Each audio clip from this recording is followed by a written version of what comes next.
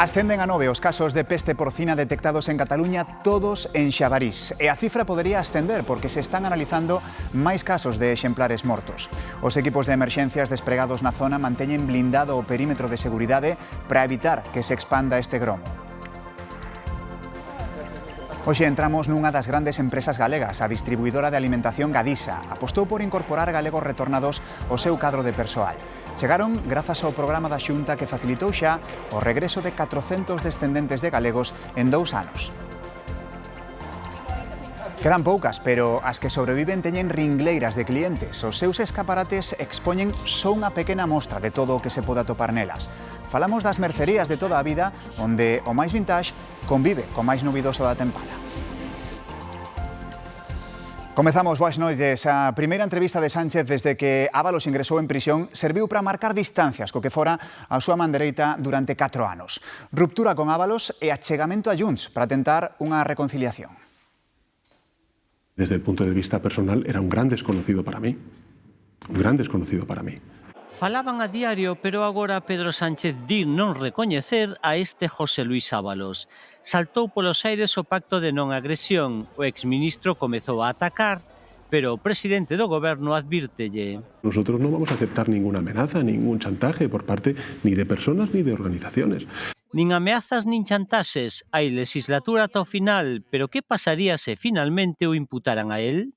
Pero yo sobre hipótesis no me puedo manejar. Lo que sí que puedo manejarme y es operar sobre certezas. Y la certeza que le puedo garantizar a los telespectadores y a usted es que desde luego el Partido Socialista no se ha financiado irregularmente. Sánchez defende a limpeza do PSOE e tratará de reconducir as relacións con Junts. Xustifica o enfado dos de Puigdemont. Yo asumo los incumplimientos y también los retrasos en algunos de estos incumplimientos. Preséntase como incumplidor, pero dispuesto a rectificar. El gobierno de España no va a desistir en su empeño de cumplir con esa hoja de ruta, con esos compromisos y de tender la mano a Junts per Catalunya. Sí aos compromisos políticos, pero tamén a foto co líder independentista. Esa foto, ese encuentro se producirá. O que evitou é decir cando.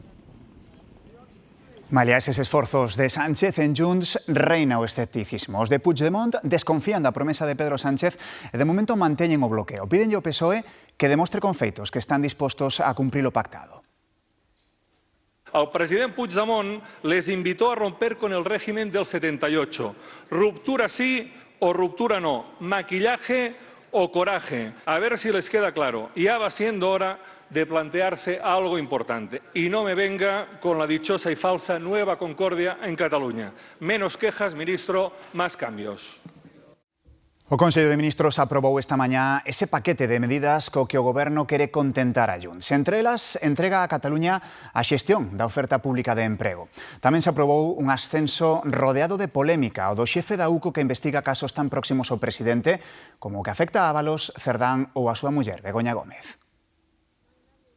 O Consello de Ministros aprobou o ascenso do coronel Rafael Yuste, o xefe da UCO encargado de investigacións como a do caso Coldo ou de Begoña Gómez, pero agora terá que abandonar a unidade. O Goberno nega que sexa unha manobra para interferir nas causas que rodean o presidente. Entra dentro de un proceso de absoluta normalidade de ascenso. Na prensa, Víctor Ábalos conta este martes que foi Pedro Sánchez o que lle deu a orde directa ao seu pai para que fose ver a vicepresidenta venezolana Delcy Rodríguez a Baraxas e que a partir de aí caeu en desgraza. Pro PP, todo desmente a versión que dá o presidente da súa relación con Ábalos. Que el señor Sánchez diga que el señor Ábalos es un gran desconocido acredita su hipocresía. El señor Ábalos es el arquitecto de la era Sánchez, tanto en el Gobierno como en el Partido Socialista. Tamén falou nos medios Coldo García, di que escoitou o CEO de Air Europa dicir que ia compensar a Begoña Gómez por mediar no rescate da compañía. No sé si empezaron en 100.000 o 200.000 e acabaron en 1 millón. Nun comunicado, a Aerolínea di que a muller do presidente nunca mediou no seu rescate e que nunca lle pagaron nada. A Xustiza tamén acaba de bloquear un novo intento do PP de levar os xulgados á operación. Una nueva derrota de la estrategia del fango del PP. Air Europa insiste en que o seu rescate en pandemia foi completamente legal. O Partido Popular acusou no Senado a Yolanda Díaz de ser cómplice da corrupción por seguir apoiando o goberno de Pedro Sánchez. A vicepresidenta segunda instou os populares a presentar unha moción de censura. Señora Díaz, ¿no le da vergüenza seguir ahí? ¿Dónde están esas líneas rojas que prometió contra la corrupción? Todos sabemos dónde están, en su baúl de las contradicciones, en ese baúl donde usted guarda su falso feminismo, ese que compartía con el abusador Errejón y el violador Martiño. Llevan desde el 23 de julio del año 23 intentando derrocar al Gobierno. Presenten una moción de censura. Le digo más, señora García, si no les gusta su candidato, el señor Feijóo, pueden presentar, si quieren, a la señora Ayuso, incluso pueden presentar de candidato al señor Abascal. Aínda no Senado, o alcalde de Ferrol, senador polo PP, reclamou ao ministro de Transportes melloras no servizo ferroviario tanto na conexión Ferrol-A Coruña como a con Madrid. Sen concretar prazos, o ministro asegurou que se está realizando un estudo informativo para analizar as necesidades que ten a comarca. Los ferrolanos merecen un tren del siglo XXI que nos conecte con el resto de Galicia y con el mundo. Y ni ellos ni yo como senador entenderíamos no llevarnos un compromiso hoy firme por parte del Gobierno de España. Comprometer plazos en este momento no me es posible. Lo que sí le digo es que estamos trabajando para sacar cuanto antes ese estudio informativo adelante. En Valencia, a xuíza que investiga a Dina desa comunidade incorporou a investigación esta grabación inédita que recolle o momento de entrada de Carlos Mazón ao Cecópite. Nel vese como o expresidente chegou ás 8:28 nunha comitiva de 2 coches oficiais e con 2 escoltas. Un coordinador de emerxencias da Generalitat ordenou que se gardaran estas imaxes. Outra fronte aberta pro PSOE é o escándalo polo contido das denuncias contra Francisco Salazar, consultor dos socialistas cataláns e que fora asesor de Pedro Sánchez. O xornal eldiario.es publica os testemunhos. As denunciantes din que escenificaba felacións na sede do PSOE, que subía a bragueta do pantalón diante delas e que pedía verlles o escote. A voceira do goberno, Pilar Alegría, di que eso non pasa en Moncloa, pero evita falar do que sucedía no PSOE. Las expresiones y las palabras que se han hecho públicas, vomitivas, que desde el primer momento aquí en Moncloa nunca se ha recibido por ninguno de los canales ninguna denuncia, ni tampoco por los canales anónimos que saben que existen. Máis asuntos. Hoxe publicaronse os datos do paro que baixou en novembro en case 19.000 persoas. É unha caída moderada, de menos dun punto. Se miramos un ano atrás, a caída supera o 6%. O número de parados roza os 2.400.000. A cifra máis baixa para un novembro dende 2007. Pasado quedan cerca dos 22 millóns. La media de paro registrado en este mes era que el mismo se elevara casi por un promedio de 25.000 personas. Por lo tanto, no solo el paro registrado no ha subido, sino que hemos logrado que descienda en prácticamente 19.000 personas. Es decir, que hemos convertido la media de subida en una media de bajada. Galicia foi a comunidade onde máis baixou a porcentaxe de parados, un 1,6%. Descendeu en máis de 1.800 persoas. E respecto ao ano pasado, a caída supera os 8 puntos. Hai 111.000 desempregados. Aquí tamén caeron as afiliacións en algo máis de 2.300. Hai máis de 1.100.000 cotizantes. Somos a segunda comunidade española con mellores resultados interanuais no descenso do desemprego. A nivel mensual temos un descenso de 1,6%, é dicir, somos a primeira comunidade española con un maior descenso do desemprego con respecto ao mes anterior. Seguimos falando de emprego porque hoxe entramos na sede dunha das grandes empresas galegas, a distribuidora de alimentación Gadisa, que dá traballo a 10.000 persoas. Entre as últimas incorporacións ao cadro de persoal hai 27 galegos do exterior que viñeron grazas ao Plan Retorna Cualifica Emprego da Xunta, que xa facilitou o regreso de 400 persoas en 2 anos. Os 27 retornados contratados por Gadisa proceden de Cuba, o Brasil, Argentina e o Uruguai, como Jesús, que leva menos dun mes en Galicia e xa planea traer a muller e o fillo. Por vez, traerlos a ellos después de, no sé, en determinado tiempo, no sé cuándo que va a llevar eso, más la intención sí de traer a la familia. Un dos obxectivos desta iniciativa é cubrir vacantes en sectores con alta demanda de traballadores, como é a loxística. As empresas ofrecenlles un contrato estable xa antes de sair e formación ao chegar aquí. O requisito é ser descendente de galego e ter menos de 55 anos. Nos parece un programa moi interesante que lle dá oportunidade a moitas persoas que en su día os seus antepasados tuveron que emigrar a outros lugares. A Xunta axuda cos primeiros gastos de instalarse en Galicia. Alfonso Rueda di que este plan permite paliar os problemas demográficos e devolverlles aos emigrantes o que deron os seus antepasados. Unha boa estrategia, de feito moitas comunidades autónomas queren acopiar, nos están pedindo referencias que funciona e que garantiza dende o primeiro momento unha integración entre os que estamos aquí e os que veñen. Creo que iso é algo absolutamente fundamental. Nas dúas edicións que leva o plan xa viñeron 400 persoas cunha media de idade de 35 anos. Novidades importantes para o sector da automoción. A Unión Europea dá marcha atrás no seu plan para retirar os motores de combustión no ano 2035. Os coches gasolina e diésel seguirán no mercado máis tempo do previsto. Bruxelas, María Calvo. Si, a Unión Europea pisa o freo no impulso do coche eléctrico e conxela a normativa que prohibía matricular coches de combustión a partir de 2035. Un xiro de 180 graus de Bruxelas que cede ante a forte presión de Alemanha. O propio chanceler Merz enviou unha carta reclamando máis tempo para a transición eléctrica e advertindo do impacto económico que tería para as súas fábricas. Unha decisión que agora a industria automobilística celebra como o mellor agasallo de Nadal, porque lles garante continuidade na produción de motores tradicionais mentres avanzan máis lentamente cara ao vehículo eléctrico. Outro apuntamento do exterior, Vladimir Putin di que está listo para unha guerra contra Europa. O presidente ruso di que non é a súa intención, pero acusa aos países europeos de buscar o conflito. Interpreta así a súa negativa a aceptar o plan de paz para Ucraína deseñado pola Casa Branca. Putin, que hoxe recibiu o enviado especial dos Estados Unidos, acusou os europeos de vivir na ilusión de que Rusia pode ser derrotada. De volta en España, xa son 9 os casos de peste porcina detectados en Cataluña, todos xabarís da zona que permanece acoutada desde esta fin de semana. O goberno enviou máis militares para garantir que o virus non se expanda. Segue sen haber positivos nas granxas, pero nos mercados cataláns xa se nota unha caída nos prezos. Aumenta o número de xabarís mortos pola peste porcina. A Agricultura confirmou 7 novos casos que se suman aos 2 detectados a semana pasada, todos en Cerdañola del Vallés. Están exactamente en la misma zona donde nos encontrábamos, en ese perímetro de 6 kilómetros.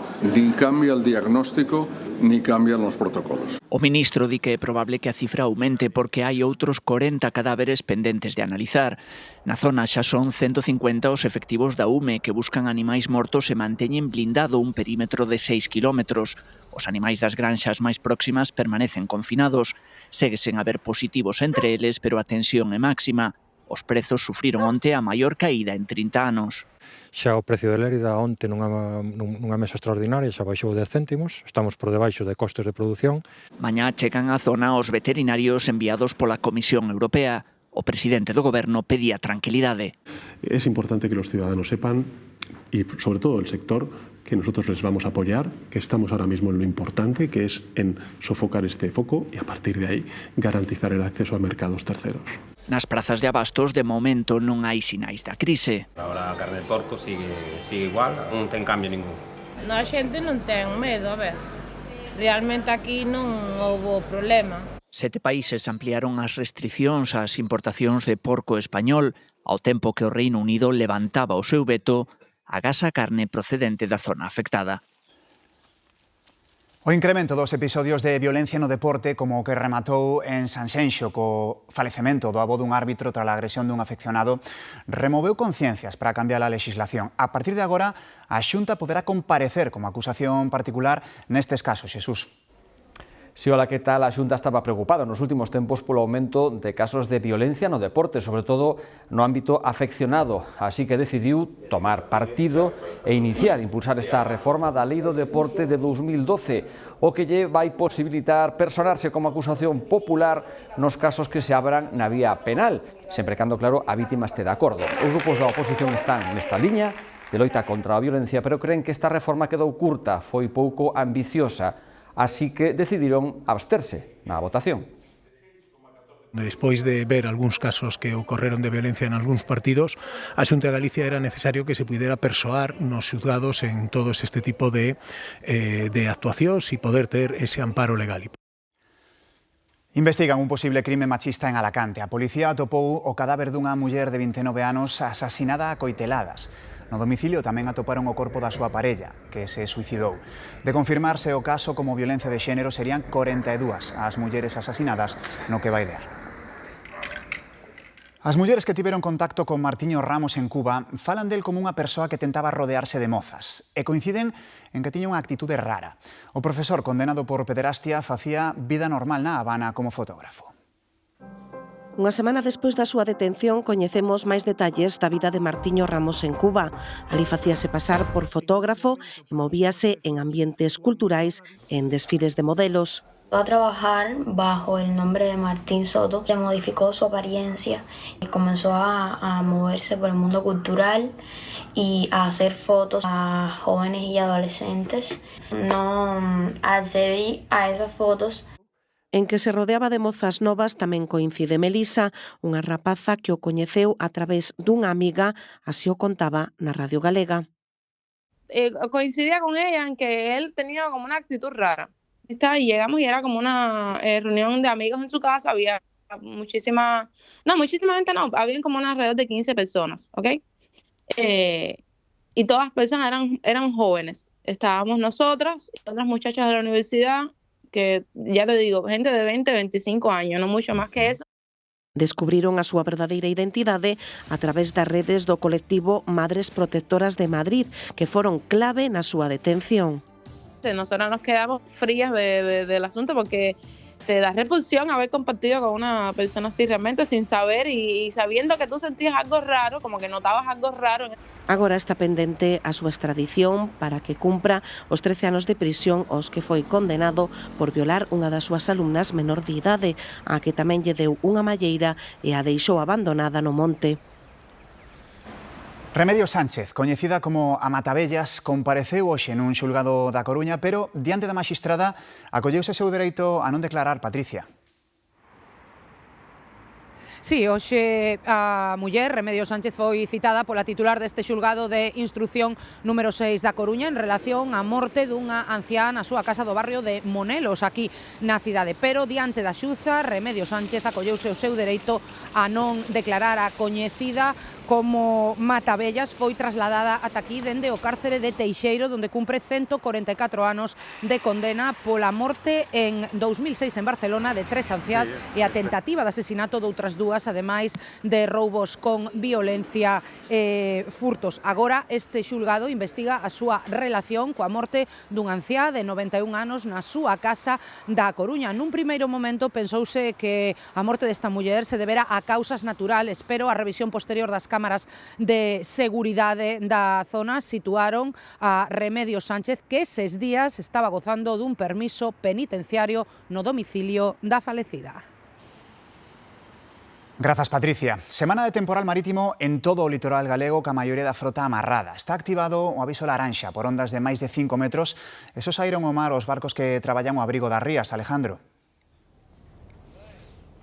Sí, xa que segundo nos indican, por exemplo, os mariñeiros deste peirao de Porto do Son, esas condicións máis adversas danse mar adentro. Pero como ti ben indicabas, Pablo, nestes momentos hai activo un aviso laranxa por fenómenos costeiros por ondas que poden superar os 5 metros de altura en todo o litoral galego. Un aviso que continuará nas vindeiras xornadas e xa mañá pola tarde sumarase tamén un aviso amarelo por mar de vento con ventos de forza 7. Por iso, como sempre, pídese extremar todas as precaucións. Grazas, Alejandro. Problemas na costa e tamén no interior. Moita atención porque a neve está provocando esas complicacións. Obrigou a cortar a 52 en sentido Ourense, concretamente á altura do concello da Mezquita e a Gudiña. Son imaxes as que vemos desa cámara web.